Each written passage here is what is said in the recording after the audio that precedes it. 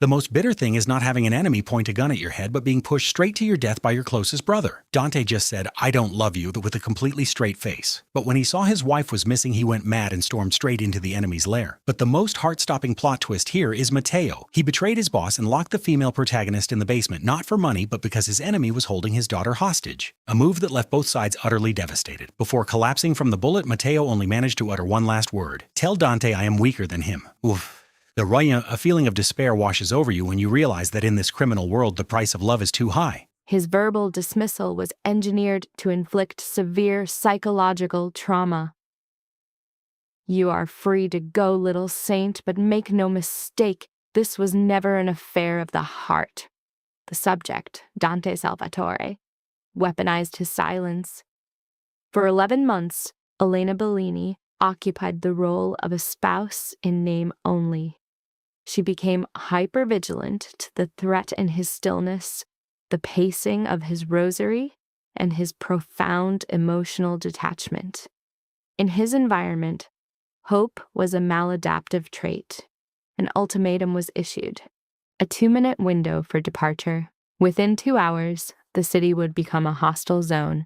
She absconded with a leather case containing information that could destroy his enterprise. Her paternal inheritance was the sole variable that could either secure Dante's position or terminate their contractual union. In his office, a place of adjudication, the primary auditory cue was his rosary, an acoustic signal more ominous than a weapon's discharge. Elena waited beyond the threshold, the beverage on her tray cooling as his associates reported. The open door was a calculated display of his authority. "Unfavorable outcome," one stated. "He was on my territory," Dante replied. The exchange concluded. The sound of a chair, then a heavy impact against the desk, followed. Elena's facade remained unbroken. She understood that in this environment, what was unsaid held the most weight. The marble floor felt cold, like the surface of a tomb.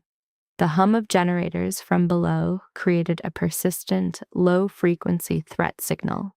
Upstairs, the spouse of Chicago's most formidable figure enacted her domestic script, using a coffee tray as her stage property. The door opened abruptly, disturbing the tray's contents. Matteo Bianchi, Dante's chief of security, appeared, his facial muscles rigid. A recent bloodstain belonging to another marked his shirt. "Signora" was his only word. The title was odious to her, not for being false, but for its complete lack of substance. Moving by him, she observed Dante near the window, his attire disheveled, a clear indicator of a recent violent event. The room's atmosphere was a sensory composite of wood, lubricant, and palpable threat. An injured male subject was audible on the floor, flanked by 2 enforcers. Dante disregarded the coffee, his focus on a map, his hand tightened into a fist, suggesting immense aggression. Elena then registered the fresh blood on his knuckles. Their gazes connected over the wound. "Leave it," was his directive. The command was characteristic of his methods, intentionally vague. It could refer to the tray, her proximity, or her attention. His language was always a potential tool of control. She set the espresso down as the subject on the floor expired. Rational survival impulses dictated immediate withdrawal. A typical subject would have retreated. However, the sight of the bleeding on his hand prompted Elena to act. She traversed the space, acquired a cloth, and moved toward him. The room's ambient tension escalated sharply. The guards' postures stiffened. The dying man on the floor observed through a contusion, tracking the interaction. Dante's hand contracted with reflexive, immense force, but his body stayed still. She maneuvered his hand into the light, exposing the lacerated skin on his knuckles. She dressed the wound with the fabric, an act of care that was a stark behavioral anomaly in this violent context. He observed her, the sound of a rosary bead making contact with his ring. "This wasn't cleaned," she noted, her statement cutting the tension. "It will reopen." His reply was a low vocalization. "Is that a command?" "No." She secured the knot. "I'm protecting Teresa's carpet." An enforcer suppressed laughter, a high-risk action in this context. Dante's inscrutable gaze met hers. A small scar by his temple, evidence of a past he kept inaccessible, suggested previous violent encounters. Authority was so integrated into his persona that it was second nature. "Little saint," he vocalized in the manner of a researcher classifying a subject. He had assigned her this designation 3 weeks into their arrangement when she advocated for a wounded subordinate. He interpreted her empathy as a sign of profound naivety or a significant vulnerability. She let go of his hand. The injured party was removed, the guards exited, and Matteo secured the door, enclosing them in a silence thick with the scent of recent bloodshed. Dante tested the bandage on his hand. "You should be upstairs." "I brought you coffee." "Your presence outside this room is inappropriate." Her attention shifted to the map, which was now marked with his blood, while the coffee remained untouched, symbolizing their emotional distance. A micro-expression altered his face, not warmth, but an acknowledgement that her fear response had been extinguished. He was the agent of its extinction. He had bound her to him 11 months before in a ceremony with 6 individuals, 2 weapons, and 1 declaration that redefined her reality. "You are now under my protection." For a grieving 24-year-old, the term protection was misconstrued as affection. The confrontation was unplanned. Her goal was to complete the task and withdraw. However, she initiated a verbal exchange. Was any of it real? The low hum of the generator underscored the tense silence. Dante's expression was immobile. "Clarify." The one-word response was a calculated psychological tactic, implying he fully grasped her inquiry. "This marriage," she specified. "The reason for my containment, as an asset, and not," she hesitated. He provided no assistance. "I made a commitment to your father," he said, devoid of affect. "And my status provided a higher level of protection." He allowed the silence to escalate before producing a single, sharp sound with his rosary. "If your inquiry is about love as a motivator for our marriage, Elena, the answer is negative." The preceding stillness amplified the impact of the statement. "I have never loved you." The cruelty was located not only in the words but in his clinical delivery, like a transactional closing. The expected shame response did not manifest. Instead, she experienced a profound sense of psychological fragmentation. She nodded once, her vocal cords tightening. "I understand," she vocalized faintly. Crying was a liability. She maintained her grip on the tray. He watched her perform minor organizational tasks, adjusting cups, arranging the cloth, compulsive behaviors to counteract the internal chaos he had induced. Elena. The use of her name, absent for days, elicited a reaction. He appeared ready to continue his statement. The intent, whether corrective or further damaging, remained unknown. She activated her ultimate defense, flight. Upstairs, she recovered the document case from a concealed spot among her father's tools. Along with a prayer book from her youth, she placed the wedding ring on the table, discarding the emblem of their invalid contract. The robes from Teresa were abandoned, artifacts of a role she had temporarily inhabited. Matteo intercepted her at the main stairs. Signora, do not, he started. But her nonverbal cues were a sufficient deterrent. It is possible he perceived her fragile psychological state and de-escalated. He allowed her to proceed. The November atmosphere had a palpable impact. The gates opened, as the contingency of her unassisted departure was unforeseen. They closed behind her with the resonant finality of a crypt. She maintained a forward orientation. The second phase of the subject's case begins at the apartment over St. Cecilia's. His psychological imprint persisted even in this location. The olfactory environment consisted of adhesive, old paper, and particulates. Her previous identity was confined to these 3 rooms above the family establishment. Absent for almost a year, the residence had been secured by Dante's personnel for safety. Entering at 3 a.m, she confronted her former life through sensory recall, adhesive, lavender, and her father's tobacco. The space was configured for a conventional lifestyle. In the low illumination, she permitted a controlled 23-second emotional release. The source of distress was not merely Dante's rejection, but the collapse of all hopeful projections. The brief catharsis was for the paradoxical feeling of safety the location provided. She then regained her composure, placed her father's implements on a surface, and secured the entryway.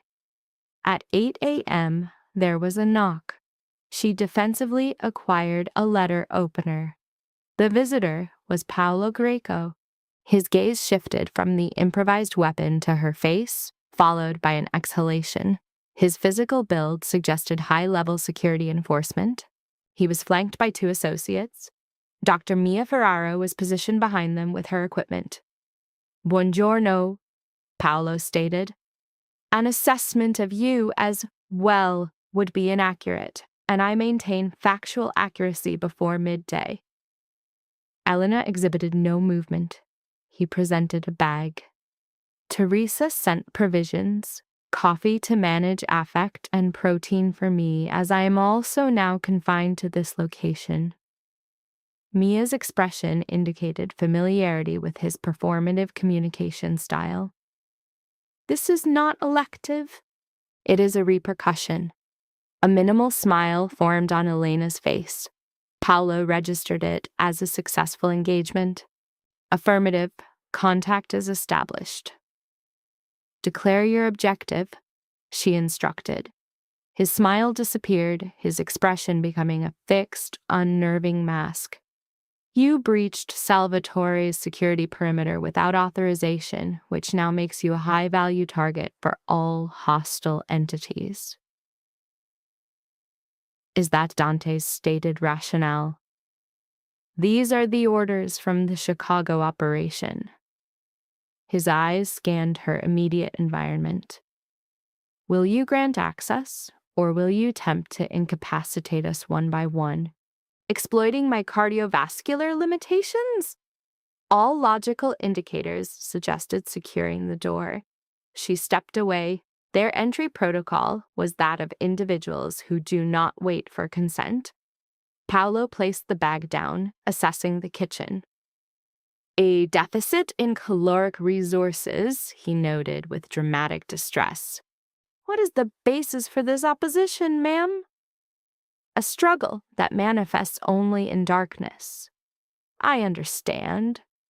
His acknowledgement classified her malnourishment and collapse as a single condition.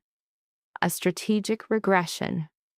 Mia set down her medical kit, her focus on Elena reflecting the clinical detachment of an experienced practitioner. "Any physical trauma?" "Negative." "Have you entered a sleep state?" "No." "Excellent," she responded. "Candor is a baseline for progress." Paolo's attention was already assessing the room's tactical weaknesses and points of vulnerability. "The principle requires a 4-person team, complete containment at dusk, and you are to remain static, pending our authorization. I find his conditions unacceptable. In that case, you must accept my own, Paolo replied, producing a strikingly artificial smile. I am significantly more compelling. Her arms crossed in a posture of defiance. This is entirely irrational. Also a statement of fact. The smile persisted as he positioned a chair to block the exit, straddled it, and placed a pistol on the table directly in her line of sight. The ambient temperature seemed to decrease. This particular parameter, he articulated softly, is immutable. A constriction formed in her chest. The chimes of St. Cecilia sounded 9 times, a relic from a life she no longer recognized. She grasped how fear could pervade a sanctuary, rendering every object a potential threat. I retreated to the only location on Earth that belonged to me, she countered. If Dante demands another enclosure, he can construct it himself. Paolo's expression shifted, not toward empathy, but to a state of caution. His directive was not to have you relocated, Elena. He used her name. That calculated use of her name, far more than the weapon, triggered a profound and visceral dread. What was his directive? To guarantee your continued respiration. A second knock interrupted her potential reply. The complete absence of reaction from the others served as the most alarming signal. Paolo stood with a fluid quietness. Mia secured her medical bag. The security detail assumed positions on either side of the door. Elena released the letter opener, accepting its futility in this new context. Paolo disengaged the lock. Dante made his entrance with an air of proprietorship. He wore black wool that negated the cold, his shoulders dusted with rain. The hallway he left behind him was unnaturally silent, a vacuum that followed him. He secured the bolt himself, his eyes performing a swift inventory of the space, noting the damaged workbench and the soiled glassware. His attention then fixed upon her. The wound on his hand was covered in fresh bandaging, applied by another woman. She detested the part of herself that registered the detail.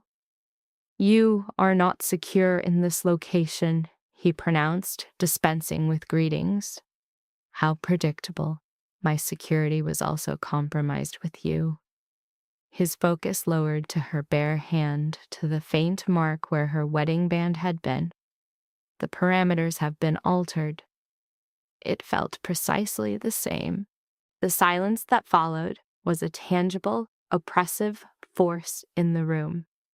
Paolo, recognizing his proximity to the conflict's epicenter, unwrapped a protein bar and announced a 5-minute recess in the hall. Mia escorted him out with the guards in tow. The door clicked shut, isolating them together for the first time since the incident in his study. She forced herself into a state of complete immobility as he neared. That was an impulsive maneuver, he remarked. You supplied the intelligence. My actions were a direct response. A nerve twitched in his jaw. You left without a security contingent. You abdicated your responsibilities as my wife. The verbal blow landed with calculated precision.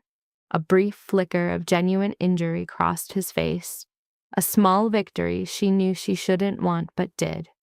He closed the gap until the cold dampness of his coat, carrying scents of cedar and smoke, enveloped her. Her heart rate began to climb. He would perceive it. This man perceived everything. There are individuals searching for what your father hid, he said, his voice low. They will leverage you to find it. I am in possession of nothing. Riccardo Viscari's intelligence suggests otherwise. The name belonged to a high-level operative in the Salvatore syndicate. a primary counsel and confidant. Her father had once labeled him charismatic with a tone that implied a lethal threat. If this involved my father, you had a duty to disclose it prior to our marriage. Correct. His direct affirmation was more disarming than any deception could have been. She could only stare. Is that truly the extent of your statement? It is the objective truth. A brittle laugh escaped her. You use the truth only when it also functions as a weapon. For a moment too long, his gaze shifted down to her lips. It was the first instance where the tension between them felt close to fracturing. The atmosphere held a volatile charge, a lethal potential she refused to engage. He stepped back, severing the connection. You may stay here for the remainder of the day, he instructed. Tonight, you will be relocated to a secure site. No, little saint. The term of endearment was icy, an assertion of ownership. He spoke it as if his hand were closing around her throat.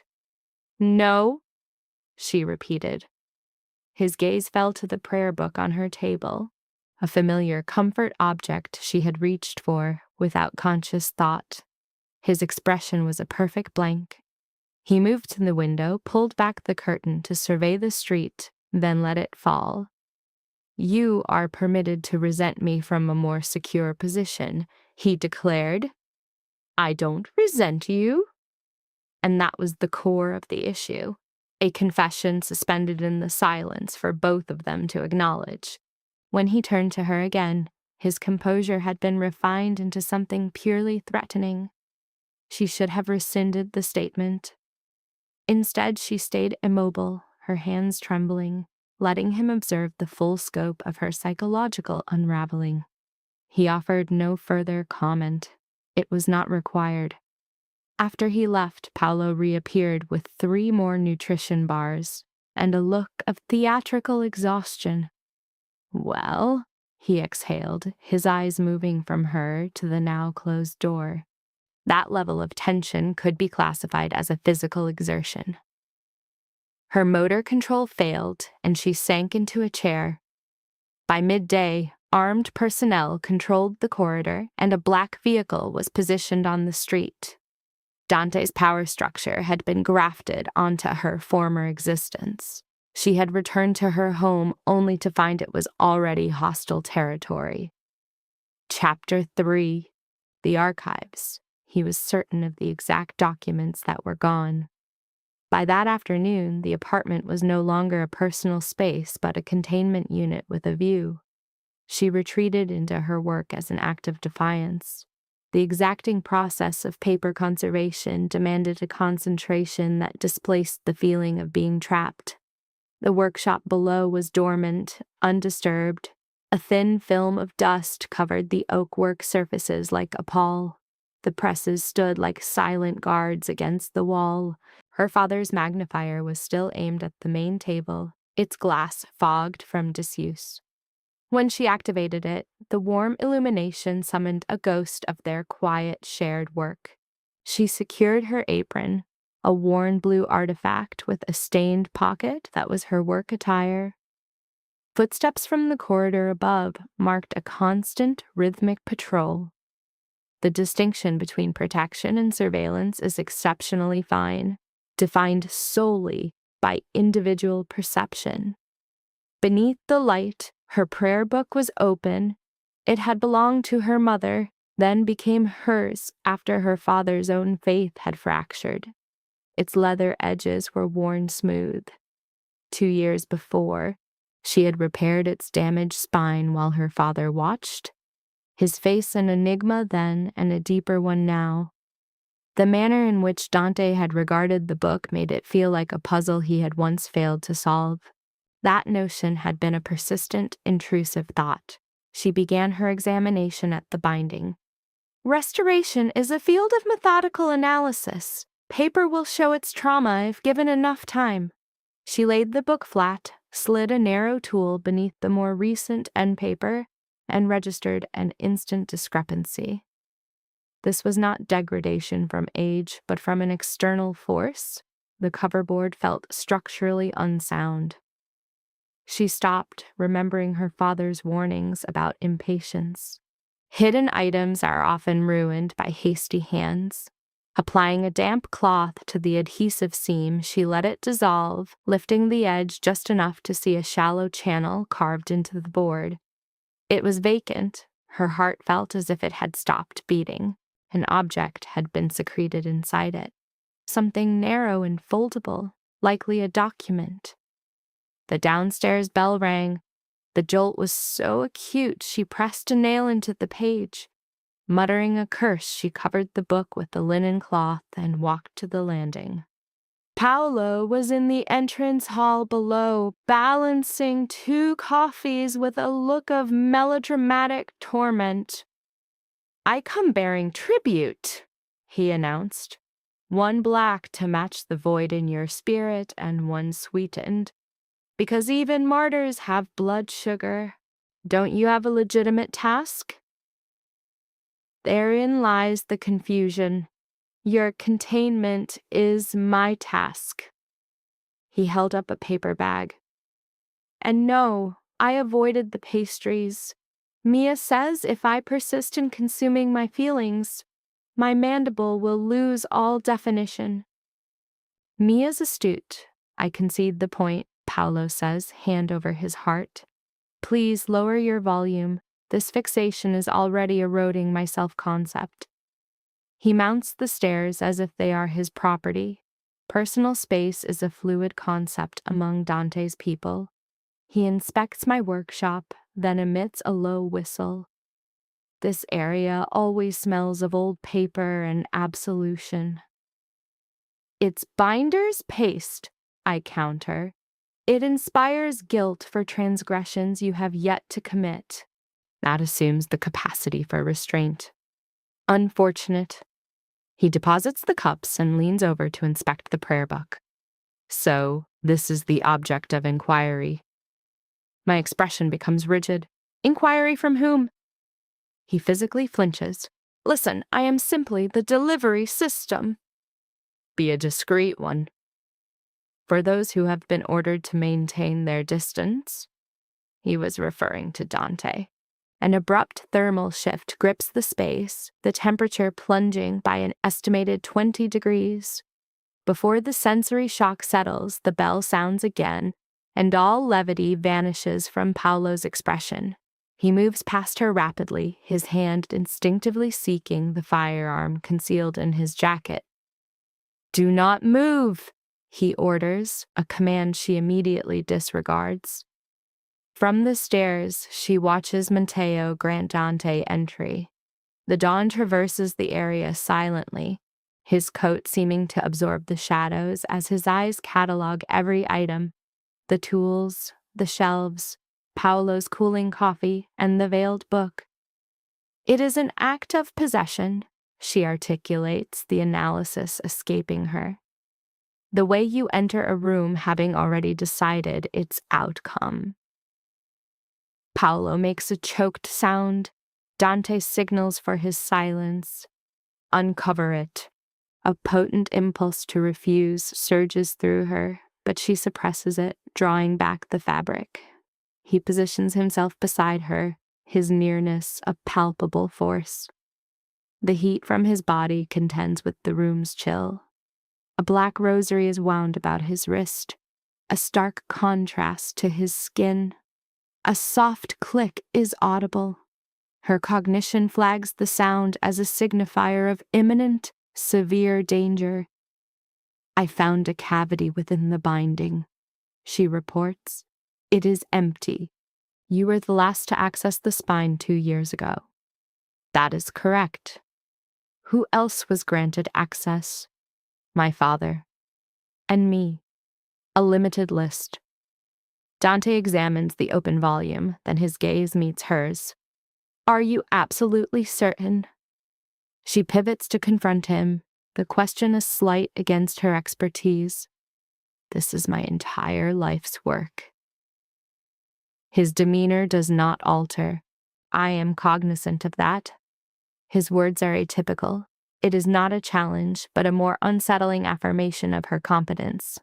This marks the second use of this method. The threat is not physical, but psychological and invasive. The experience of being fundamentally assessed by an unparalleled operator. She gestures to the book's cover. There is something else. Angling the page to the light, she exposes fine striations inside the spine, hidden under the old paper, impressions left by a thin tool's repeated insertion. This was not a singular event, she concludes. Access was frequent. Paolo watches them as if observing a clinical procedure, assessing the implications. Dante's expression becomes an impenetrable mask. Your father acted without my knowledge, attempting to guarantee your security. A sharp, clean rage ignites within her. Perhaps the men of this city should stop determining my safety for me. Before he can respond, the rear window shatters. Matteo drops to the floor. Paolo forces her down just as the noise fully registers. The workshop descends into chaos, the impact of heavy boots, muffled gunfire, Teresa's distant cry, and Paolo's lament about dying before his meal. Dante's reaction is one of savage efficiency. In a single motion, he inverts the massive workbench, forming a shield for her and the book, then draws his weapon and discharges 2 rounds through the broken window before she identifies a target. The sharp odor of gunpowder permeates the scent of bookbinding adhesive. Stay down, he directs. She offers no resistance. The gunfire halts as suddenly as it started, replaced by the sound of approaching sirens. Matteo speaks quietly into a radio.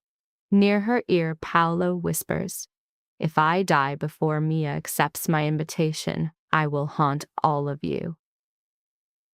Lifting her head, she observes Dante still protecting her. One hand on the overturned table, a solid mass between her and the compromised window. A thin stream of blood issues from a new cut on his jaw, the result of a ricochet. "You are wounded," she observes. His gaze holds hers for a fraction too long. Her statement seems to have more force than any projectile. He stands.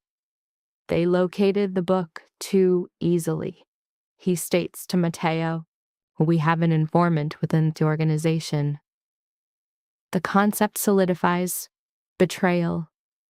Though unvoiced, the conclusion saturates the room's atmosphere. As his men board the window, Dante retrieves the prayer book, extending it to her as if it were a prime device. "You will accompany me," he declares. She presses the damaged book to her chest. "No." His attention shifts from the window back to her. "That was your response." He is incorrect. Her true reaction began the moment she understood he had known the book's secret well before she did, yet remained silent. Dante had observed her steady, skilled hands from their first meeting. He saw them again in his office as she dressed his wound, treating it not as human flesh but as a detached mechanism. Watching her now, holding a book amidst the wreckage, Dante confirms 2 hypotheses. Riccardo had acted impulsively, and Elena Bellini would choose immolation over quiet compliance. He felt a brief moment of empathy for anyone who might mistake that fervor for a weakness. Chapter 4. The Sanctuary. His hand settles on her waist as night falls. Dante does not take her back to the Salvatore estate. He brings her to the chapel at the property's edge, where the family buries its dead and holds its private councils. It is isolated from the main residence, bordered by gaunt trees, a stone fortress for affluent men who preferred God to be accessible but not intrusive. By their arrival, the sky has become a dark, bruised violet. The air smells of wet soil and the nearby lake. Armed sentries patrol the grounds like phantoms, their radios emitting static. None of them make eye contact with her. They never do when Dante is present. The chapel's massive wooden doors close with a sound of utter finality. Inside, hundreds of candles burn in red votives before the altar. Gilded statues with serene faces appear to watch, having observed men more formidable than these. The marble floor holds the day's lingering coolness. Standing beneath the painted dome, holding her book, she feels like a trespasser at a closed ceremony. "This is no sanctuary," she states flatly. "It is a place where the walls contain information," Dante replies. That provides no reassurance. He gives her a quick, analytical look. "You should stop affecting bravery when you are merely enraged." "I am not affecting anything. I am aware." His concurrence is more irritating than any dispute would be. Teresa Rossetti appears with blankets, tea, and the immense composure of someone for whom armed assaults are a simple inconvenience. Her silver hair is in a perfect coil, her hands those of a woman who has run the Salvatore domain for longer than Dante's lifetime. "You are excessively pale," she says to Elena. "Sit. I am fine." That is not my assessment to make. Her soft hand on Elena's face is almost enough to break her composure. Teresa is the only kindness in this residence that is not transactional. She was the one who would bring pastries on bad nights and place books by her door, never asking about the tears shed in a 14-bedroom home with heated floors. Tonight, she wraps a blanket around her as if she were still a subject worthy of comfort. From a front pew, Dante witnesses the interaction. His elbow rests on his knee as the rosary moves through his fingers, bead after bead. Click, click, click. She detests the sound. She anticipates it. 10 minutes later, Paolo arrives with 3 garment bags, a first aid kit, and the look of a man accepting his fate. "For the record," he announces, "I died a hero smuggling contraband sweets." Mia appears behind him, slapping his arm. They are only shirts. Symbolically, they are cannoli. The edge of Teresa's mouth twitches. Mia tends to the gash on Dante's jaw first. He permits her to clean it without a word, his focus on the candlelight past her. The instant the antiseptic makes contact, his expression alters so quickly she might have missed it had she not been observing. A profound, archaic pain. It is not the sting, but a memory stimulus. He is standing before she can finish. "I am unharmed." "That is a factual misrepresentation," Mia counters. "It will heal. I know. Your type is regrettably resilient." This signals Paolo to unzip a bag, presenting a black sweater. "Boss, wear this before Teresa has me executed for allowing you to get a chill." Dante takes the sweater, but her gaze shifts a second too late as he removes his stained shirt. And it is there. His torso is a cartography of trauma, a crisscross of old scars over his ribs, a deep mark beneath one shoulder blade. However, it is a crescent-shaped burn near his clavicle that holds her attention, as if fire had once tried to consume him. She looks away. That is the 3rd breach of his personal boundary. "Upstairs," Teresa says to her, expertly reading the tension. "A room is ready." She escapes, certain that one more moment would have allowed him to see directly into her. The rooms above the chapel, formerly for clergy, now resemble high-end containment cells. Minimalist furniture, locked cabinets, and windows too slim for egress. She places the prayer book down, her mind in turmoil. Her father hid something in it. Dante knows Riccardo Viscari is initiating a move, but the most acute pain comes from realizing she was manipulated by a man who had no intention of protecting her. A sharp knock breaks the silence. Expecting Teresa, she opens the door to find Dante filling the entire frame. In the black sweater, he is no longer a public figure of menace, but a more intimate, lethal threat. The rosary in his hand swings as the candlelight flickers across his strained features. "We need to talk," he states. Subject Dante initiated contact by remarking an established pattern of miscommunication. A facial expression indicative of contempt preceded his demand for access, a request the subject, Elena, was powerless to refuse. He placed a rosary on the table, a symbolic act she processed as a minor appeasement. He then conveyed the critical intelligence. 6 days prior to his death, her father claimed to have evidence of a high-level traitor. This information, Dante specified, constituted a lethal threat she had now inherited. Her psychological state narrowed to one of acute distress. The evidence, he concluded, remained a puzzle her father intended for her to solve without aid. The marital union was not a sacrament, but a tactical maneuver to neutralize a rival, Riccardo. The orchestration of this by her father registered as a betrayal that superseded her anger. Her request for clarification was denied on grounds of operational security. In this exchange, Dante reframed her status from spouse to potential target. A physiological response of profound dread was observed. He then breached her personal space in a nonverbal display of dominance, outlining a binary outcome: his protection or her death. He presented himself as an operator compelled to act due to her status as a liability. His affirmative response, yes, triggered her predictable anger toward his unvarnished assessments, a trait that complicates her negative feelings.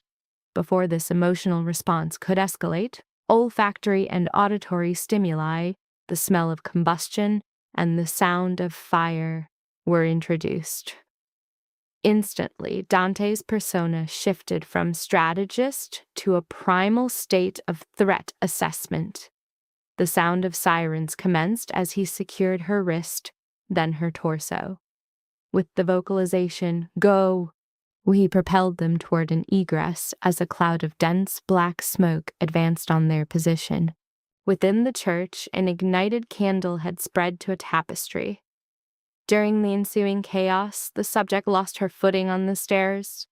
Dante's grip on her waist intensified to a point of extreme pressure. He utilized his body to shield her from the disorganized crowd, pulling her from a location an instant before a large brass fixture impacted the space. The maneuver forced her against his chest, her palm making contact with pronounced scar tissue beneath his clothing. For a brief moment, he exhibited a catatonic-like paralysis, indicative of a potent traumatic memory recall that she vicariously experienced. The paralysis subsided within a second, and he resumed movement, guiding her through the smoke to an exit while his personnel engaged the fire. In the cold air outside, she exhibited respiratory distress. Dante pivoted, displaying a rage directed not at the event, but at an internal stimulus. In a subdued, fractured tone, he stated, "The smoke took Lucia." A rare disclosure of his sister's name, the controlled, guarded persona rapidly reasserted itself. A subordinate later provided the supplementary data required to contextualize his statement. The subordinate's account detailed a catastrophic event. His sister Lucia, age 16, and mother Sofia Salvatore perished in a vehicular fire when Dante was 19. This information prompted a complete cognitive reframing of his personality in Elena's mind. His detached demeanor is recontextualized not as an absence of emotion, but as a symptom of profound, unresolved grief. She now understood the chapel fire as a staged event, a psychological operation. In the subsequent quiet, she redirected her focus to her father's prayer book, operating the new assumption that no event in Dante's sphere is coincidental. As dawn neared, she initiated her own analysis with a magnifying glass. Rest provided no relief. She was disturbed by the somatic memory of Dante's grip. Her cognition identified it as control, but her physical response suggested an alternative interpretation. She recalled her father's technique for identifying forgeries. Heat reveals adhesives on a counterfeit spine, a principle for objects and individuals. Applying a candle flame to a page, she observed as heat exposed a latent message within the indentations left by her father's pen. The impressions were methodical. Applying graphite powder revealed a hidden ledger containing names, dates, and coded entries. One notation was inscribed with extreme force. L. Salvatore Root. Viscari cleared. The name, Lucia, induced a state of shock. At that moment, he materialized behind her silently. His arrival was not detected by sound, but by a tangible shift in the environment and an assertion of dominance. His rosary held in a manner resembling a weapon. "I found something," he observed, framing it as a statement. She attempted to misdirect, positing he must have known her father kept logs. He would only confirm knowledge of the man's fear. Recognizing her tactical error, she regulated her breathing and began an intellectualized summary of her methodology as a verbal defense. During her explanation, Dante systematically reduced the distance between them, a controlled advance more intimidating than an overt threat. He stopped within proximity, allowing for the transfer of olfactory cues, cold air and church incense. His features were obscured by the lamplight as he allowed a period of silence to escalate tension before instructing her to read her findings aloud. She relayed the data, 3 routes, 2 payments, and the disturbing linkage of the names Lucia and Viscari. A heavy silence filled the space. She verbalized that the data felt incomplete. His gaze then shifted, fixing on a leather document case on her bookshelf with unnerving accuracy. He had identified her final secret before she spoke of it. "You took that from the house," he noted factually. She made a reflexive attempt to classify it as an inheritance. Her effort to downplay its significance was terminated when he spoke her name once. Her composure disintegrated. With visibly trembling hands, she opened the case. It contained a vellum scroll she had been unable to decode, retained only to fulfill her father's final request that the truth not die with him. She admitted she concealed it because trusting him equated to a total loss of autonomy.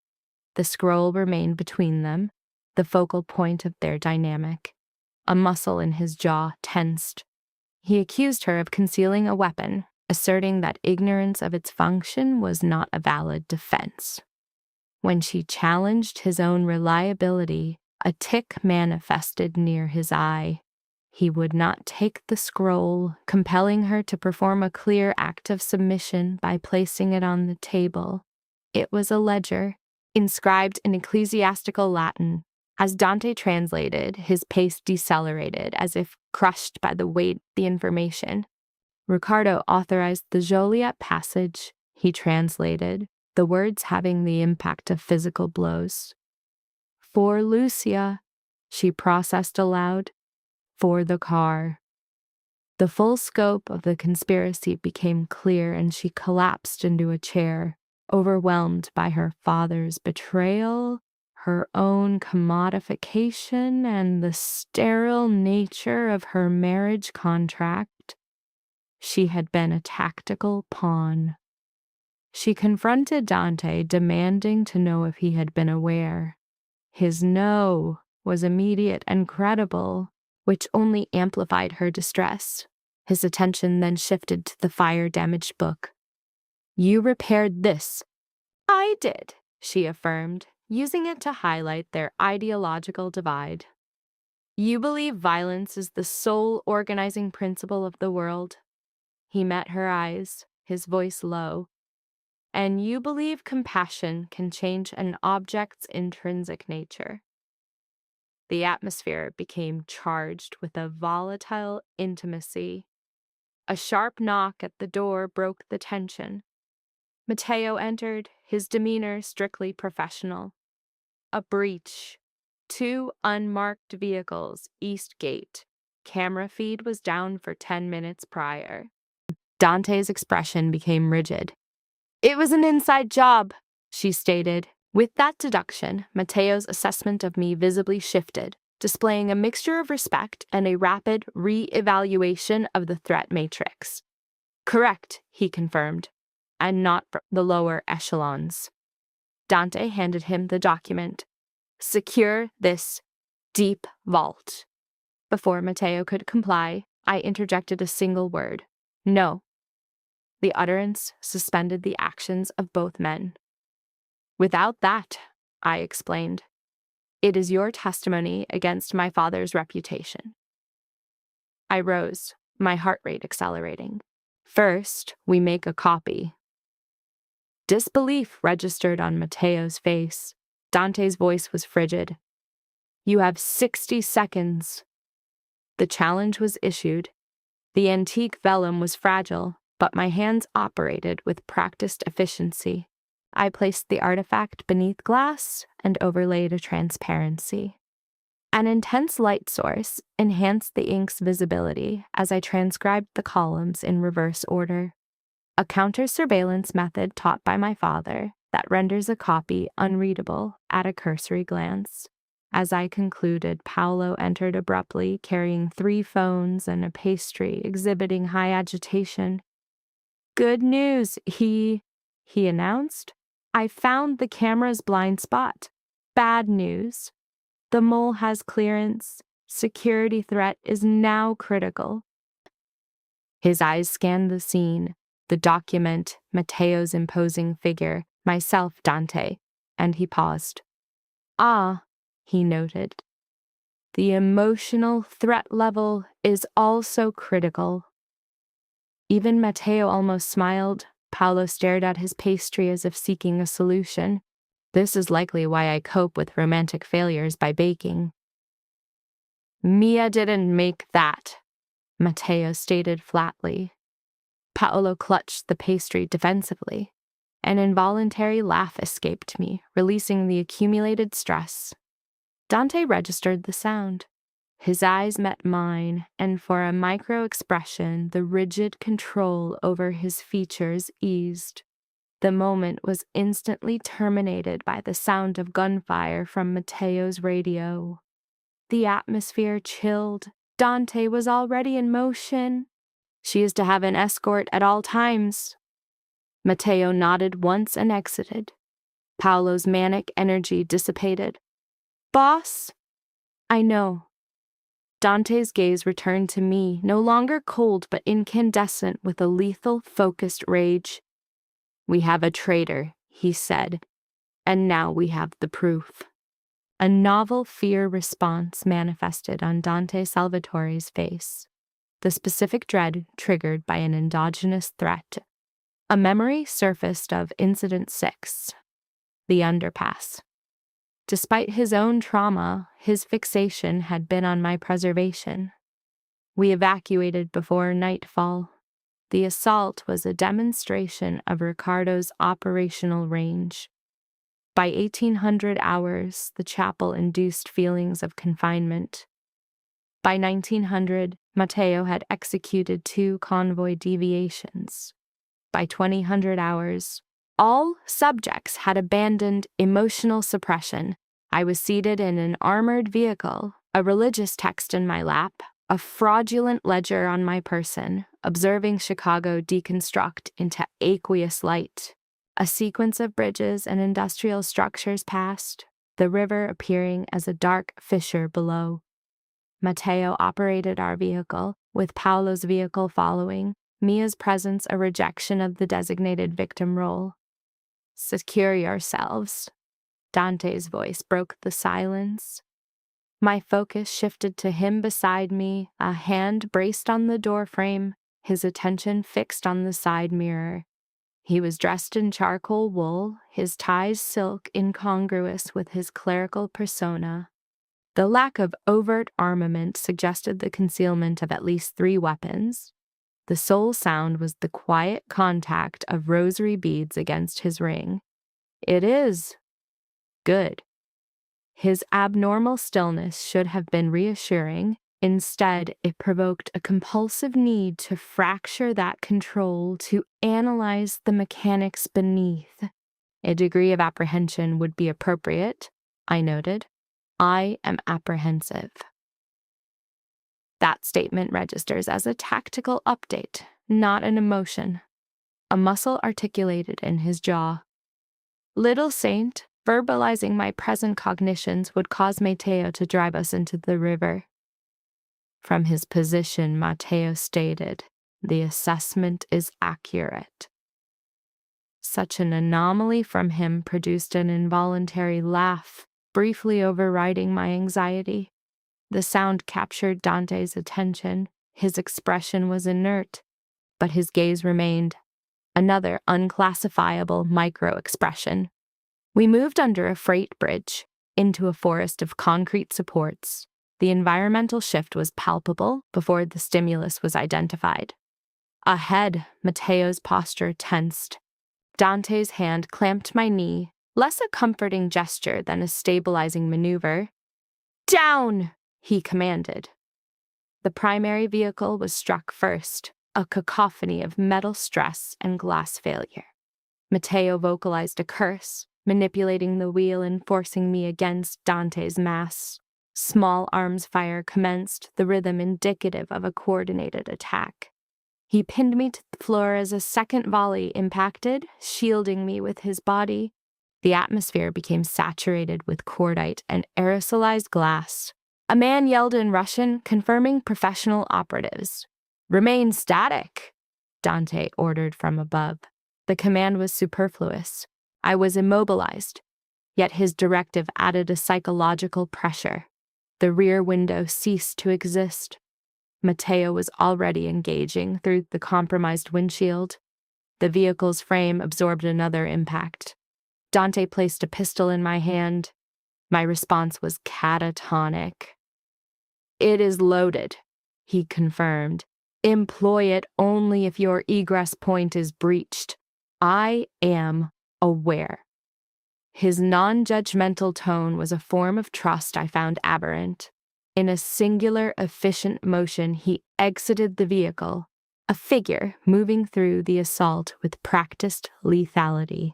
Observations through the shattered glass showed a dark coat executing a fatal choreography. He functioned with the brutal efficiency of an individual for whom deliberation equals termination. An assailant approached my door. I complied with my instructions. The weapon discharged, the target collapsed with a sound that would become a recurring auditory memory. My motor functions ceased. Mateo removed the firearm from my grasp, his focus external as he continued to fire. "Elena," he commanded, "respire, defer panic." From the second vehicle, Paolo shouted, "If I expire, inform Mia my physique was exceptional." "Just maneuver, you fool," Mia countered. A combatant emerged from behind a column, flanking Dante. I observed the reflection of steel, his rotation, the efflorescence of red. A non-vocalized scream constricted my throat. He neutralized the threat with a single close-quarters discharge before stumbling against the column, a dark saturation spreading on his flank. Subsequent events are a blur of autonomic response. The attackers disengaged. Sirens approached from a distance. Mateo was on his communications device, transmitting our coordinates. Paolo moved toward us, his arm bleeding. Mia approached Dante, who raised a hand. "Assess Elena." "I am uninjured," I articulated. His eyes conducted a rapid clinical scan for trauma. Confirming my status, he permitted Mia to remove his jacket. Only then did the wound become fully visible. The injury was not mortal, but significant. Blood egress was steady through his shirt. We were relocated to a sterile safe house above a warehouse, fortified by steel doors. Matteo initiated a perimeter watch. Mia treated Paolo, whose injuries he categorized as minor. A woman, Teresa, delivered supplies. Her soup was apparently a standard protocol for Dante's recovery periods. I located him in another room, torso exposed as Mia sutured his side. "Remain still," she instructed. "Your vocalizations are excessive, as is your bleeding," Dante countered. I should have departed. Disregarding their dialogue, I procured gauze from a cabinet and presented it. Mia met my gaze and sighed. "Fine, you prevent him from compromising these sutures." She then exited. Dante was leaning over the basin, the water below tinged with hemoglobin. One suture had already failed, as predicted. "You are an intractable subjectile," I remarked. "A frequent observation." His voice, weakened by exsanguination, was more disquieting than any display of aggression. I reduced the distance between us. He monitored my reflection, his focus preternaturally sharp for an injured individual. My hand showed hesitation before making contact with his skin. A neurological response occurred under my touch. The room's air contained antiseptic, oxidized metal, and his distinct saline scent. "You require recuperation. You should have withdrawn." Would my absence have altered this outcome? No. Then let us avoid discussing hypotheticals. After a pause, his head lowered as he suppressed a pain response. I began to redress the wound, my actions now confident, guided by training rather than alarm. I could feel his respiration regulate under my hands. My own remained unstable. "That night you took my hand," he said, the statement emerging without context. I looked up, disoriented. Dante continued the disclosure. "You observed me covered in blood and exhibited no aversion. You simply treated the injury." The room's ambient sound seemed to cease.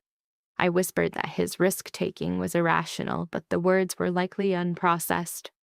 His focus shifted to my mouth as he admitted, "It was the first instance of altruistic care I had experienced in a considerable time." My throat constricted. He was exposing a fixation. His psychological defenses compromised by physical trauma.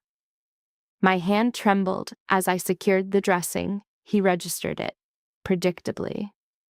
"Elena, I should have removed you. I failed to." I responded, "If you would cease your observation, I might complete the task." An unreadable affect flashed across his features before being suppressed. He interpreted her silence as acquiescence. He closed the space between them with measured deliberation, allowing for an escape vector she declined to use. His hand made contact with her cheek, a localized thermal point. His thumb traced her mandible. The gesture was devoid of coercion. When their lips met, it felt like the resolution of prolonged respiratory tension. The contact was brief. He was the subject poised for emotional detonation. His mouth moved with a precision suggesting the handling of a volatile object. Her own reluctance was a subliminal current. He was the one who broke contact, resting his forehead against hers. "This is the boundary," he stated, his voice a low vibration. "If this is crossed, I will disregard your fear." Her reply, "I am not afraid of you," seemed to induce a mutual, stunned silence. He closed his eyes for a protracted moment. Upon opening them, his pupils were dilated. "The conflict begins tonight," he declared. As if on cue, Matteo knocked. Boss, Ricardo liquidated the Southern accounts. We have 3 casualties. 2 warehouses were destroyed. Dante's posture became rigid, the effort of which was visible. The precarious intimacy was shattered. The Don persona reasserted itself, but the sensory memory of his touch persisted. He turned to leave, but paused. He took a rosary from the sink and placed it in my hand. The onyx was still warm. Retain this, he ordered. I examined the beads situated between our hands. For what purpose? His eyes met hers. Because in the event we are overrun, I want your final possession to have been mine. He was gone before a response could be formulated. In the corridor, his operatives moved with a silent, lethal resolve. The engagement had begun. Chapter 7. The train station, an apt location for a vanishing. I came to understand that actual warfare bears no resemblance to narratives. It is the sound of 3 radios broadcasting alerts after midnight. It is Teresa, collapsed in a chair holding her own rosary, as prayer and tactical planning became synonymous acts. It is Matteo, with a bloodstain on his cuff whose color altered over hours, always from a new loss. It was Paolo attempting to court Mia as she extracted a projectile from his arm, while he threatened to litigate against fate for his injury.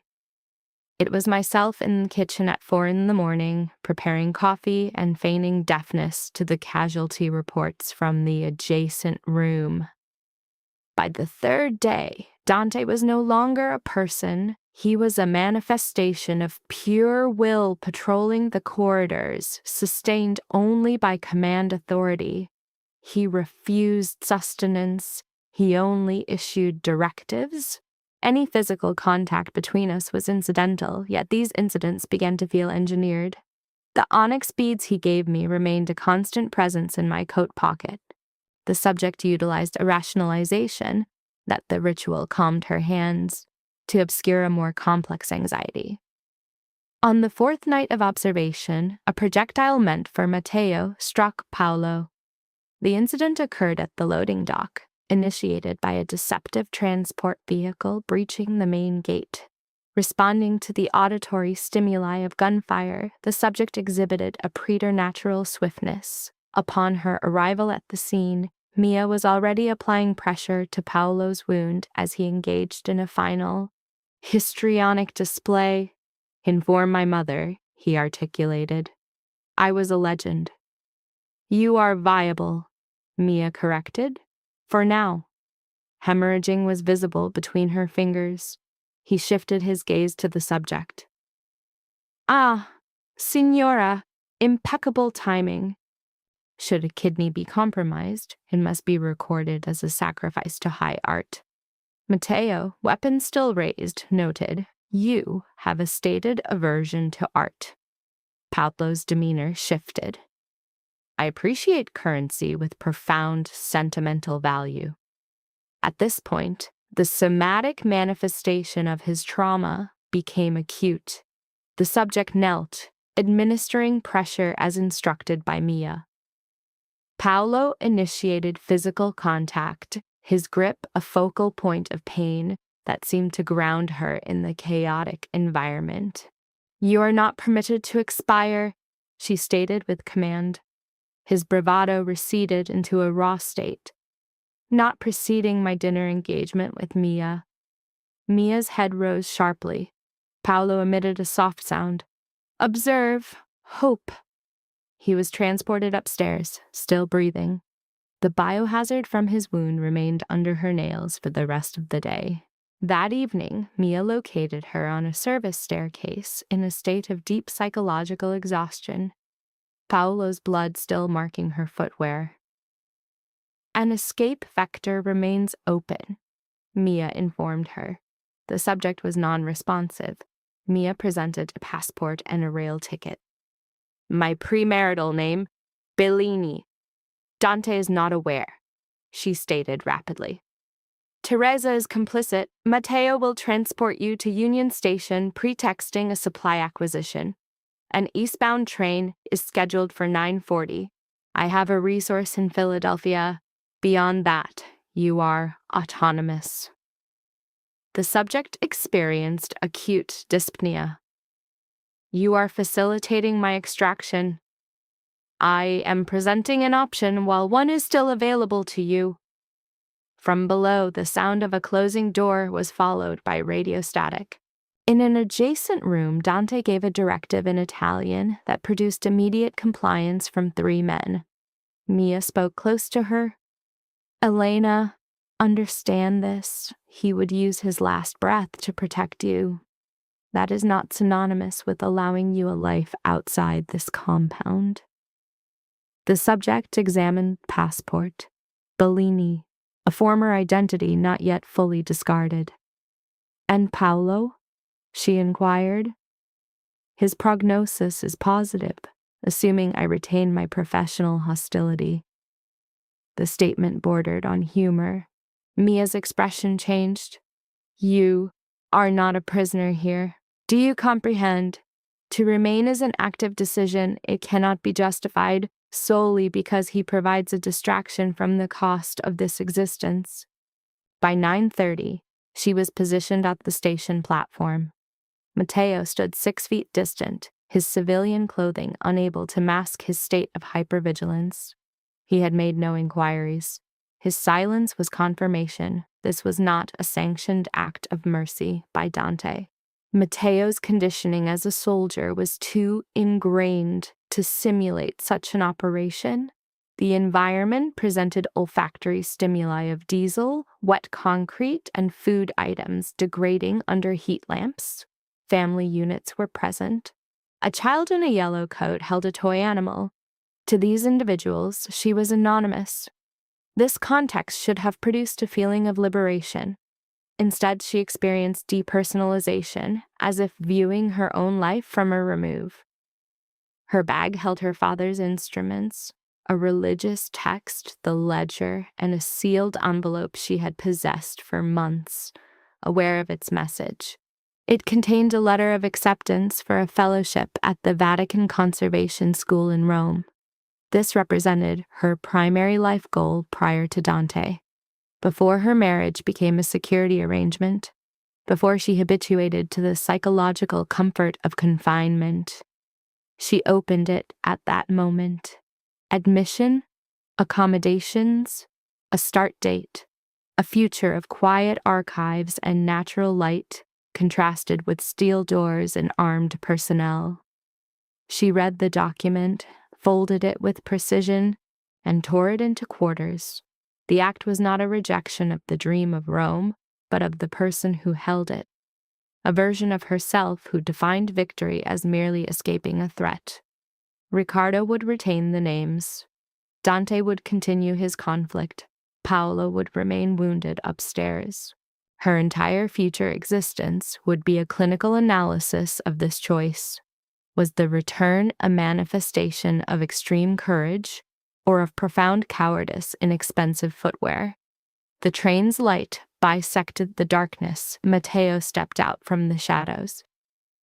Board this transport, he advised quietly, and you cease to exist. She assessed his facial expression. Is that your professional recommendation? His features became a mask of exhaustion or perhaps clinical pity. It is my assessment, he said, that this environment destroys women who expect mercy from violent men. The train's auditory signal intensified.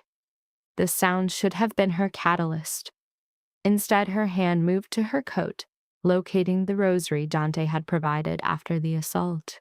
Its perceived warmth was now just a memory trace.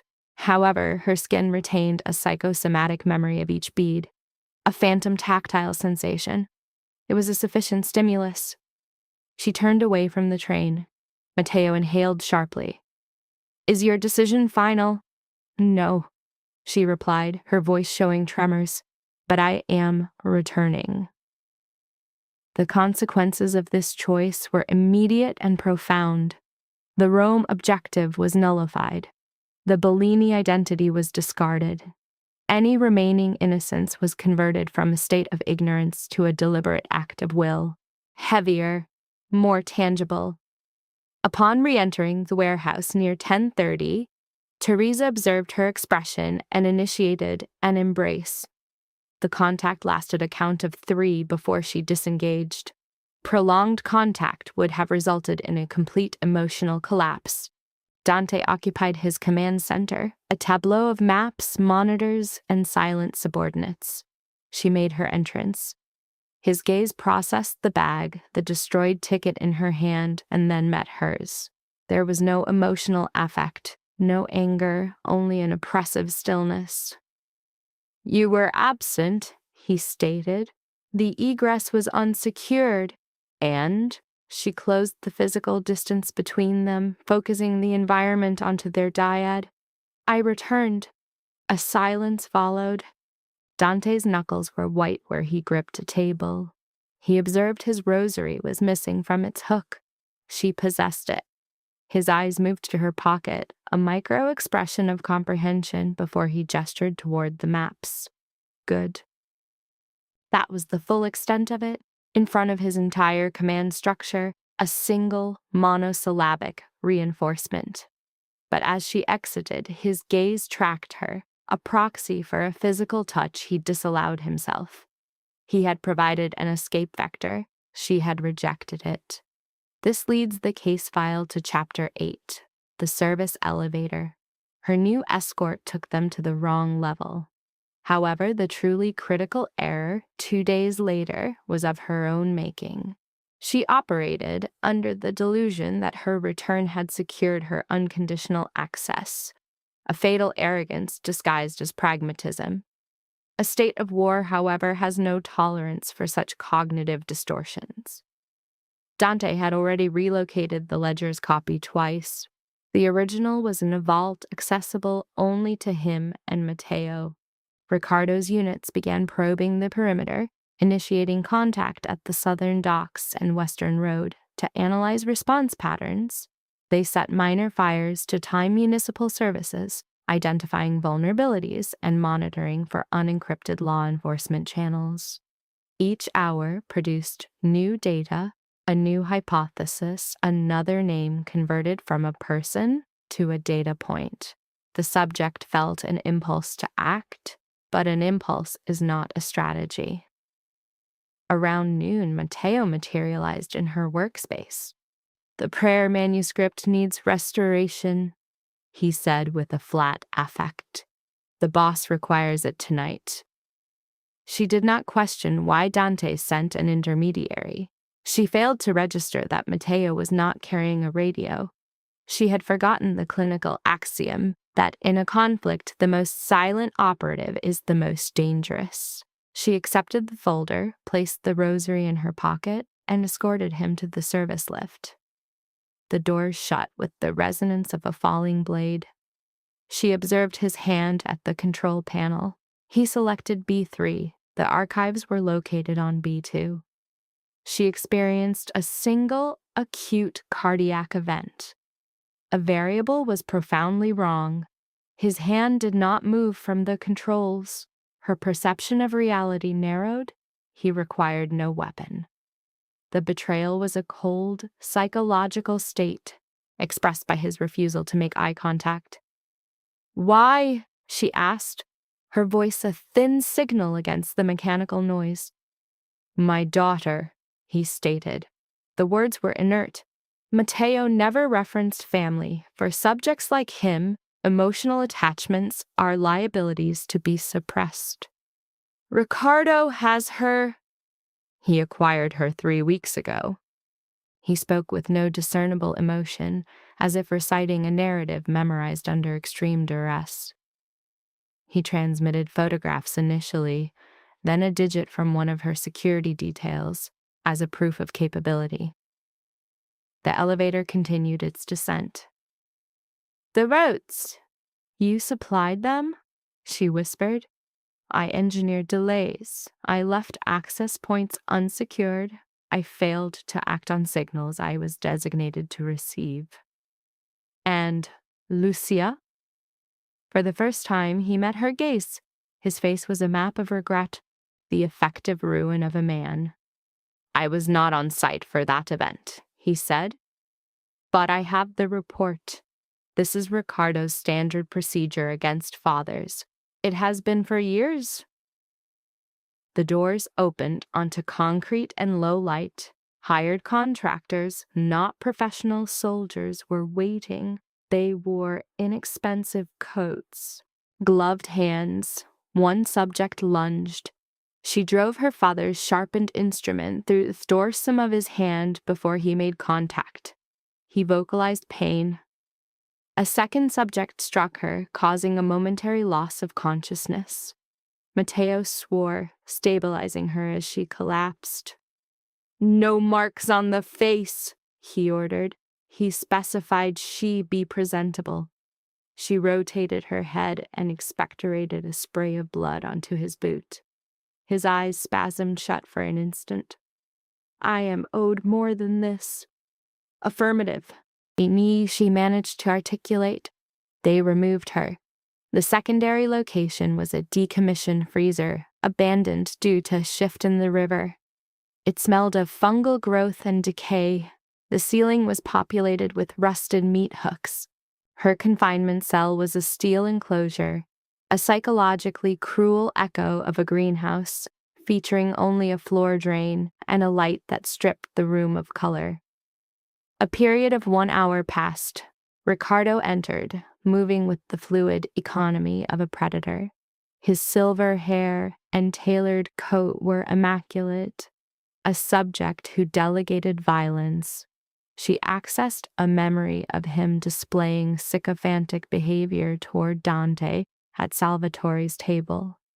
His current smile was a toxic variant of that memory. "Elena Bellini," he said softly. "The defiant genetic markers of your father are most prominent in your eyes." A profound sense of letdown manifested in Elena's expression, a nonverbal response of its own. In turn, Ricardo initiated a psychological exercise, positioning a chair before her. Dante's proclivity was for complex subjects. I am not among them, she stated. Ricardo's smile was clinical. Genetically forged documents are a triviality in terms of allegiance? He postured. Now that represents a fascinating case of betrayal. She held his gaze, refusing to show weakness. "You delivered Lucia to him," she asserted, her tone flat. He gave a slight nod. "My contribution was a simple failure to secure an egress." A controlled rage began to surface in her. She was 16. Her mother wished her removed from this environment. He settled back, assuming the role of a perverse clinician. Affection is a cruel pathology that afflicts women first. Sophia desired an exit. Dante accepts predestination. My objective was to illustrate that love is merely an instrument. This was not simple malice. It was his operational creed. "A lesson my own father assimilated," she countered, terminally late. Ricardo's focus shifted to her pocket. "And the brilliant progeny brings a rosary to a contest of wills, an amulet against her own fragmentation." Her hand moved to the beads by reflex, a direct observation. "Provide the location of the master ledger," he demanded.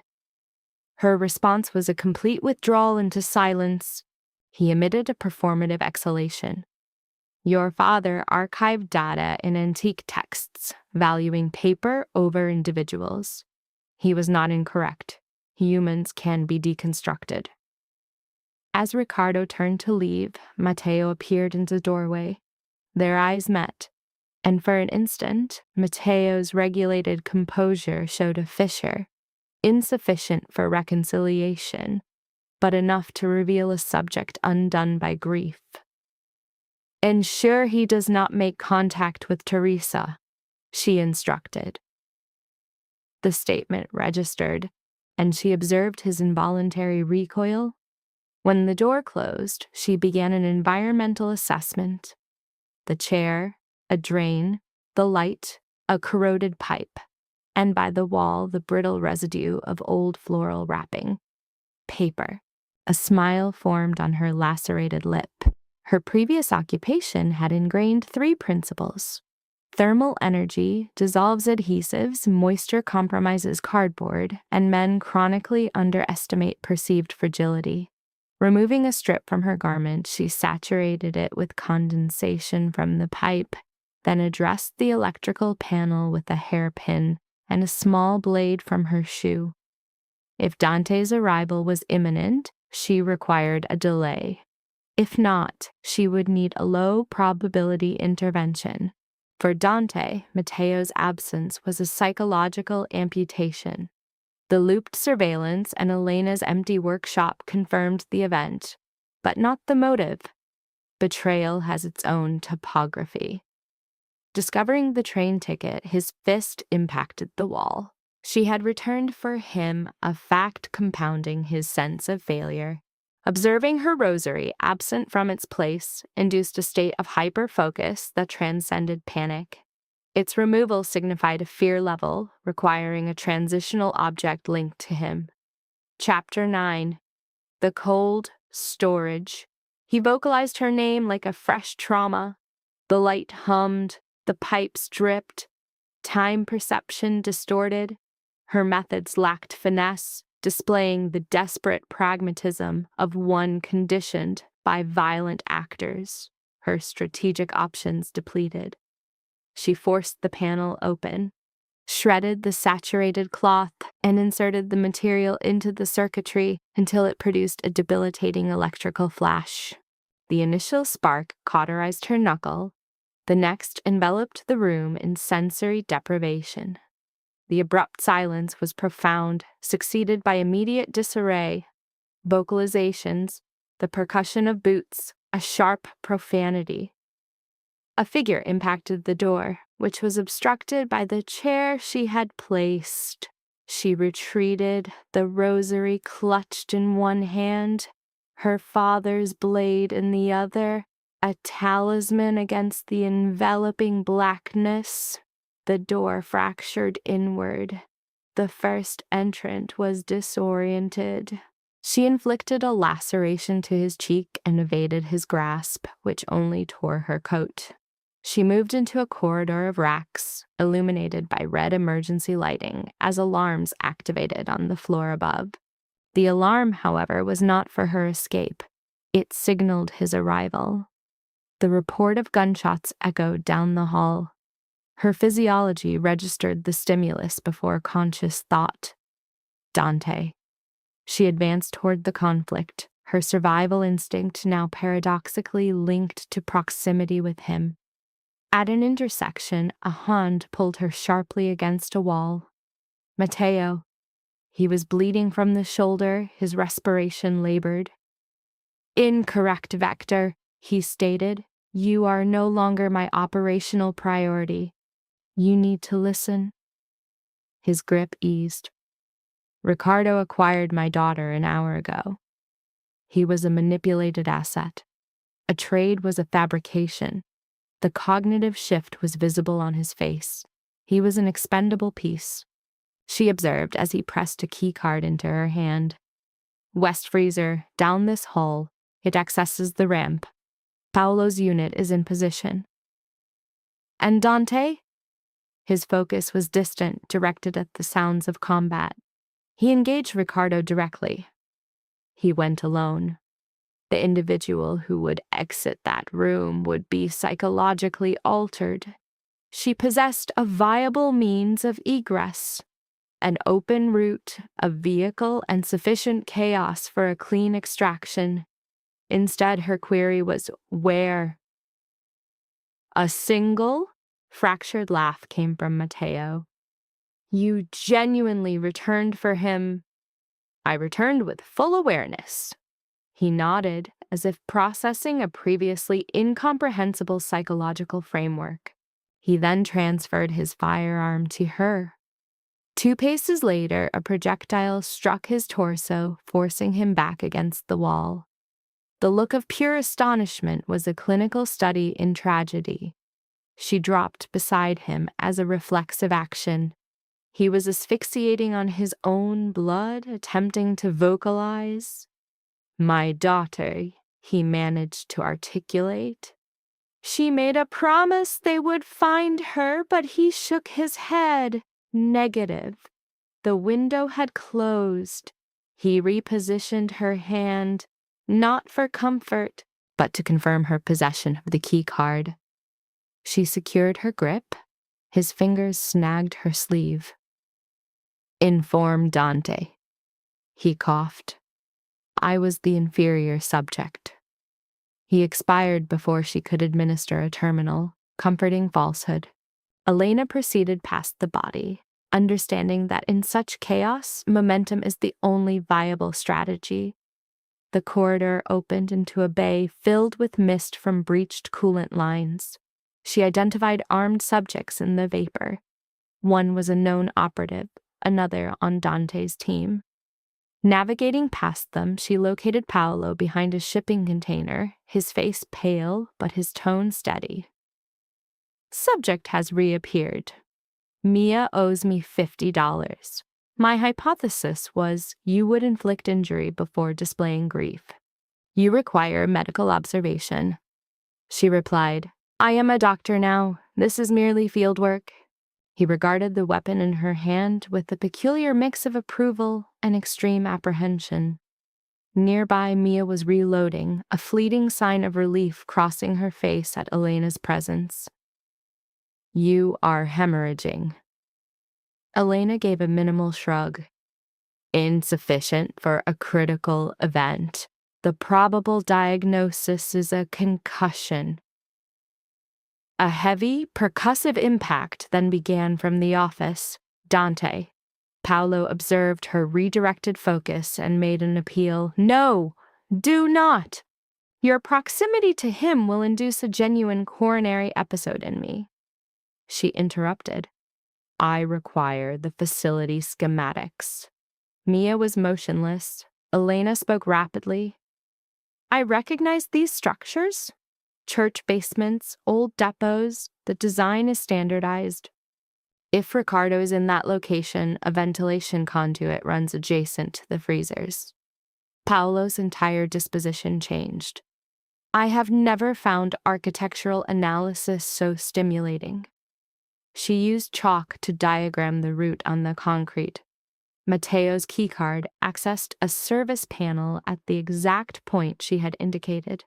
Paolo looked from the diagram to her, his humorous affect gone. "You can actually guide us through." She responded, "Affirmative."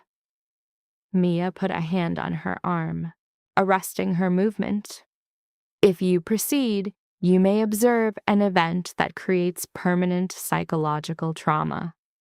Elena recalled the blood in the study and his singular focus on her welfare while masking his own fear. "I am aware," she stated. They moved into the narrow service corridor, the pipes cold and slick. It terminated before a demolished office door. Inside, Dante held Riccardo Viscardi by the throat, forcing him to a kneeling position. For a moment, their presence was undetected. Dante's back was to them, his firearm on the floor, his shirt and temples stained with blood. Ricardo looked up with a peculiar placidity, as a subject accepting termination. "Proceed," Ricardo rasped. "Fulfill the conditioning I initiated." At the sound, Dante registered her sharp inhalation and turned. Certain moments restructure a psyche in a silence that is only understood retrospectively. The instant Dante processed her survival was such a moment. His entire psychological state reoriented from an avenging idy to a volatile compound of relief, rage, and raw possession. He transferred Ricardo to Paolo's custody, then crossed the room to her in 3 strides. He did not inquire about her condition. He noted the blood. He simply cupped her face, his touch a profoundly gentle counterpoint. "Elena?" he breathed, the name a verbal anchor. She touched the blood at his temple. "Matteo is terminated." The information was delivered with blunt force, and he absorbed the data with a deep, silent tremor. "This was his," she stated, presenting the keycard. "The access." Dante closed his eyes, took a single breath, and rested his forehead on hers. The contact was silent, visceral, and more significant than any kiss. From their periphery, Paolo strained. "If this is a bonding moment, can it be expedited while I am restraining a geriatric subject? I am expecting a bonus for this duty." Ricardo laughed, blood speckling his lips. "You see, this is how affection eviscerates a subject." Dante turned, his expression shifting to that of the legend. Not through rage, but with a cold stillness that was a clinical promise of death. A nonverbal promise of termination saturated the space, an agreement Ricardo acknowledged with a sneer. Chapter 10. The River House.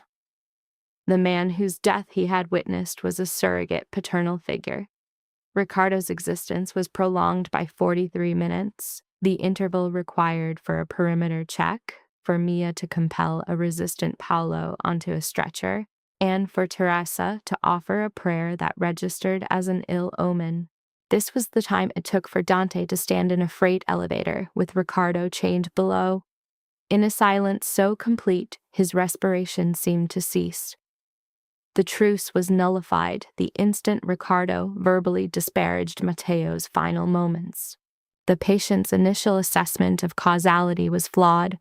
Lucia's perfidy, the misappropriated funds, the coercive confinement, these were merely symptomatic acts. The true catalyst was Ricardo's narcissistic invalidation of Matteo's singular reparative gesture.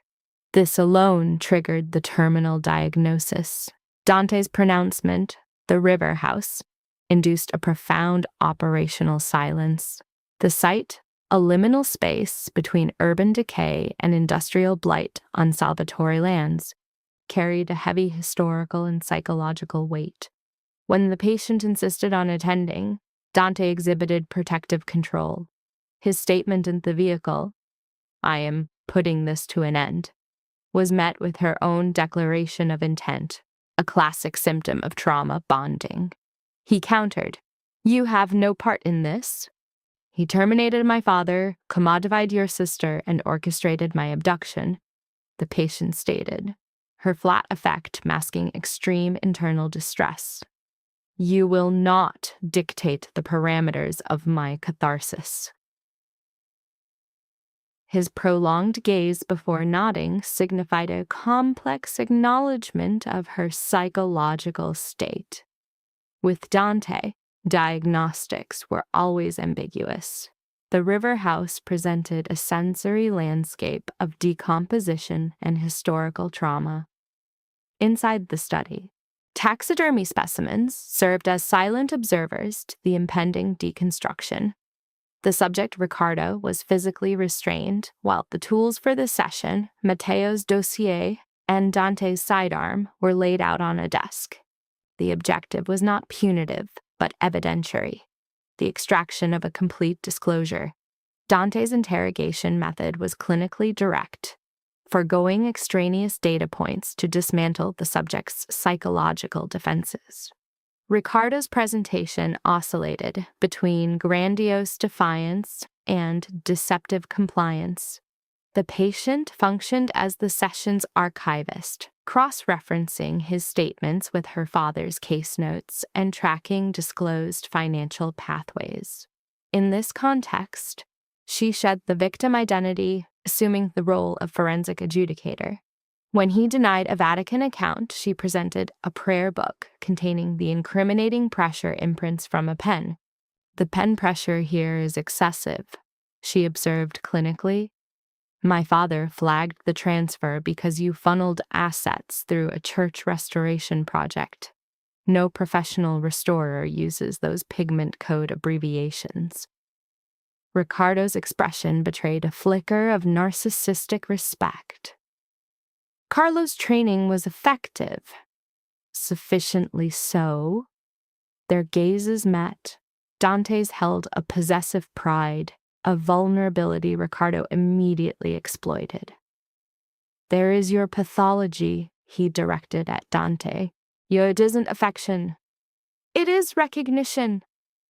You require her validation for the ego beneath the id. It causes hesitation. Dante redirected. And your defect? What is the etiology of your compulsive behavior? Ricardo strained against his bindings. Precision. Inaccurate, Dante corrected. It is profound anxiety masked by performative control. The subsequent silence was palpable. At this point, Ricardo, a textbook narcissist, escalated to direct psychological warfare. Your mother begged, he sneered. Pathetically weak. Lucia, however, did not. Her gaze was one of pure contempt. A familiar expression, I imagine, from your wife. Dante's reaction was immediate and violent, a complete loss of emotional regulation. His hand constricted around Ricardo's throat, lifting him as the chair overturned. In that moment, the patient identified Ricardo's endgame, to provoke a homicidal, dissociative state in Dante. Dante, she stated, her single word acting as an auditory anchor to reality. His response was not emotional but reflexive. Her voice was his tether. His grip lessened minutely. A sanguineous grin formed on Ricardo's face. The hesitation, there! The patient continued. Sophia would have found your previous self abhorrent. She would view this as pathetic. Dante disengaged. He retrieved the ledger and presented it to her. The last notation, read it. Her eyes fell to the script. Her father's handwriting cataloged transactions and clearances. Then, one final, previously unnoticed addendum. If this is read post-mortem, know that Sofia Salvatore died trying to escape with evidence. Viscardi set the fire. Do not allow Dante to manifest the same pathology. The patient experienced acute somatic distress. As she looked up, Dante observed her realization. His posture shifted, becoming a study in cold resolve. He now understood the full scope of Ricardo's psychological debt. The instrument he chose was not his firearm, but a blade from the patient's own kit, her father's leather working knife. This was a clinical tool, not a dramatic one. Dante used it to cut Ricardo's restraints, which elicited a single, atypical laugh from the subject. Tossing the blade aside, Dante pushed the dossier forward and initiated a recording. His directive was clear: document a full confession, every corrupt associate, every illicit channel. After a pause, he added, then you will read it aloud. Ricardo attempted a facade of control. And if I decline? A bullet will perforate your jaw, and your network will be exposed regardless. Ricardo's composure fractured. The confession took 11 minutes. He calculated that scandal was more survivable than justice, signing only after Dante enumerated his frozen assets and surveillance on his paramours. His own methodologies were weaponized against him. The moment he concluded, Dante delivered a single, precise shot to Ricardo's sternum. The act was devoid of theatrics, a silent, clinical termination far more unsettling than his prior rage. Ricardo ceased function. The patient compelled herself to observe the entire procedure. By dawn, the subject's remains were disposed of, and the confession disseminated among his rivals. In the study, she made an observation. He pathologically altered you. Dante stared at the biostain on the floor. He did. What is the next phase? He glanced from her to the artifacts on the desk, indicating the locus of control was now hers. The collateral damage was significant. Matteo terminated, Paolo traumatized, Lucia absconded.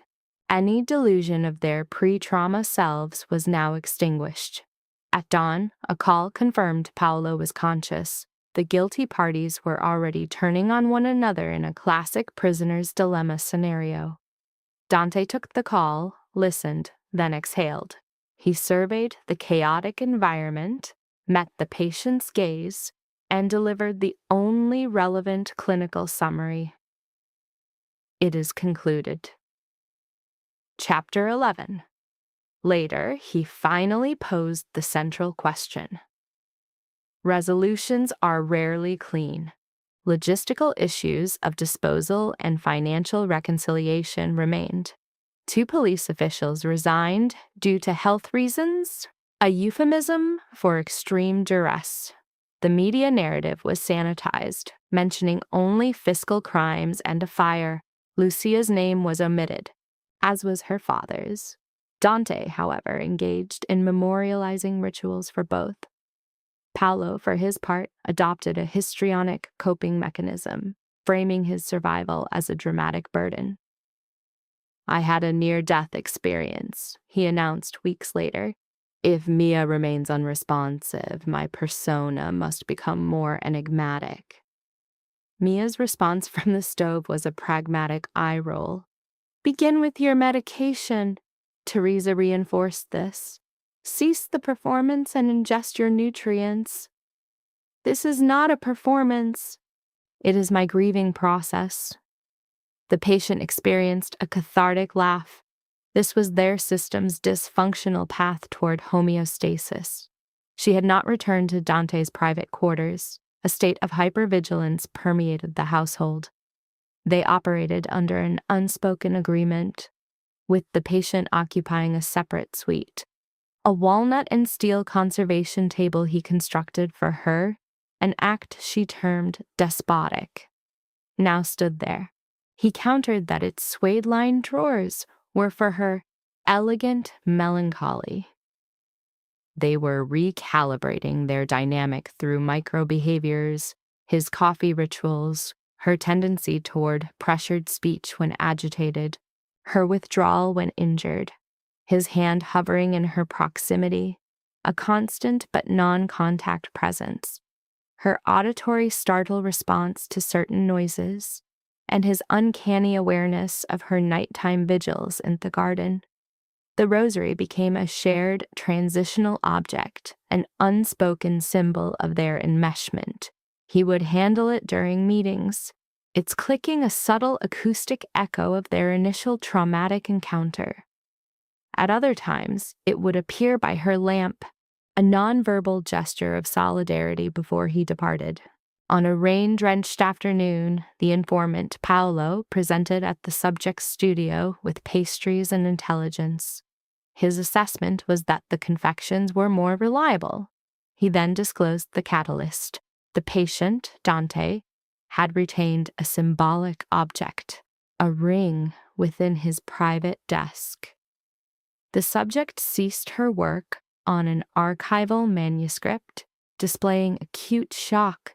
The informant identified the object's association with Elena. No! The subject exhibited a physiological stress response while dismissing the informant, who countered by noting the potential for systemic collapse should she destabilize the patient. The subject's dismissive projectile was dodged with performative flair.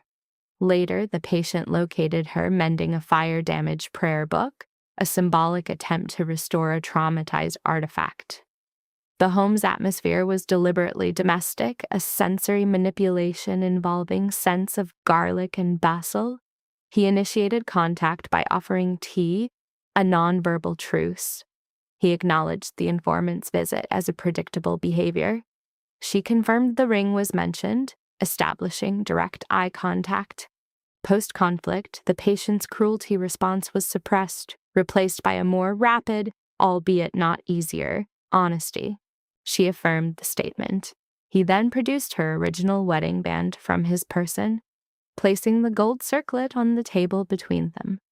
The object's small size belied its symbolic weight. He stated his retention of the item as fact. She noted this deviated from protocol upon her return. He conceded the point with a sharp, nonverbal acknowledgement before taking the opposing seat. He stated the interaction would not be a fairy tale, a framing maneuver to manage expectations. Her faint smile indicated a rejection of the victim archetype.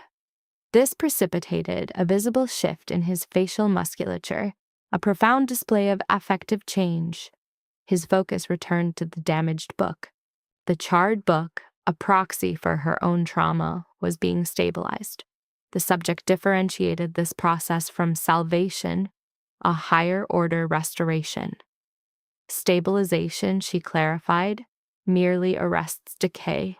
Salvation restores function and removes the fear of disintegration. Into this clinical explanation, the patient interjected with a 4-word request of devastating psychological weight. Teach me to save. This appeal, framed within her own therapeutic metaphor, bypassed standard emotional pleas. He was not asking for forgiveness, but for a methodology to prevent the destruction of valued objects. The subject exhibited a visceral response of distress. "What are you asking, Dante?" He manipulated both the ring and his rosary, a dual tactile anchor. His verbal response was a reframed proposal, negating its origin as a contractual obligation and recasting it as a lesson learned through the trauma of her absence. This declaration precipitated an uncontrolled crying episode in the subject. The patient remained motionless, exhibiting extreme patience as a control tactic while her emotional defenses collapsed. Her eventual capitulation was a single, exhaled word. Yes. However, she stipulated, a repeat of your verbal aggression in the study will result in material reprisal. A micro-expression of a smile appeared. Blackmail is a good look for you. He then rose, circling the table in a slow, deliberate manner, testing her resolve. She remained stationary. Using hands associated with both extreme violence and protection, he affixed the ring to her finger. The subsequent kiss was assessed as measured and consensual, devoid of performative passion. From the periphery, the informant Paolo verbalized a need for a therapeutic breakdown before being removed from view by his partner, Mia. The patient then initiated intimate, nonverbal contact. Environmental stimuli remained constant. A systemic loss of innocence was noted in the household. The patient's suggestion, "Come to bed when you're finished, little saint," was now processed by the subject as an indicator of belonging, not a command. A 10-month time lapse. The patient's regulatory tick, the sound of his rosary, was now integrated into their shared space. The environment showed her influence. A conservation center funded by the patient's repurposed illicit capital, a source of noted irritation to him, now served to preserve community history. This history was material he privately deemed worthless until it became her fixation, rebranding his possessiveness as romantic devotion. While she examined a marriage license from 1924, he manifested at her side.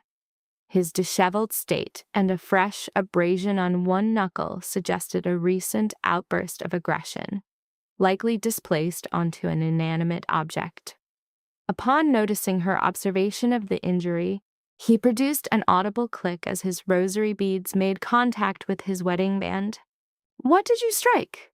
she asked. "A non-compliant crate." And The crate prevailed. A minor facial twitch occurred. This faint smile was no longer notable for its rarity, but as an indicator of a behavioral capacity he once lacked. She initiated physical contact, inspecting the clean, minor laceration. She then performed routine first aid without seeking consent, a ritualized pattern of interaction for the pair. She focused entirely on the wound, dissociating from the patient's violent history.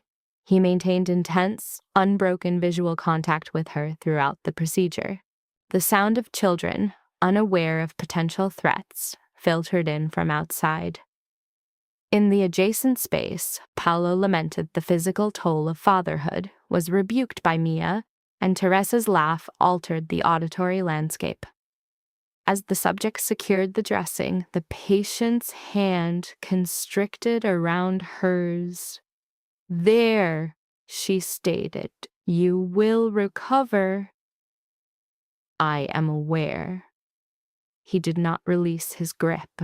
His pupils were dilated in a familiar, predatory manner. A gaze she now interpreted not as a threat, but as an intensity that made her feel simultaneously validated and targeted. This intensity remained a minor stressor for her. "Elucidate," she requested. He exhaled slowly.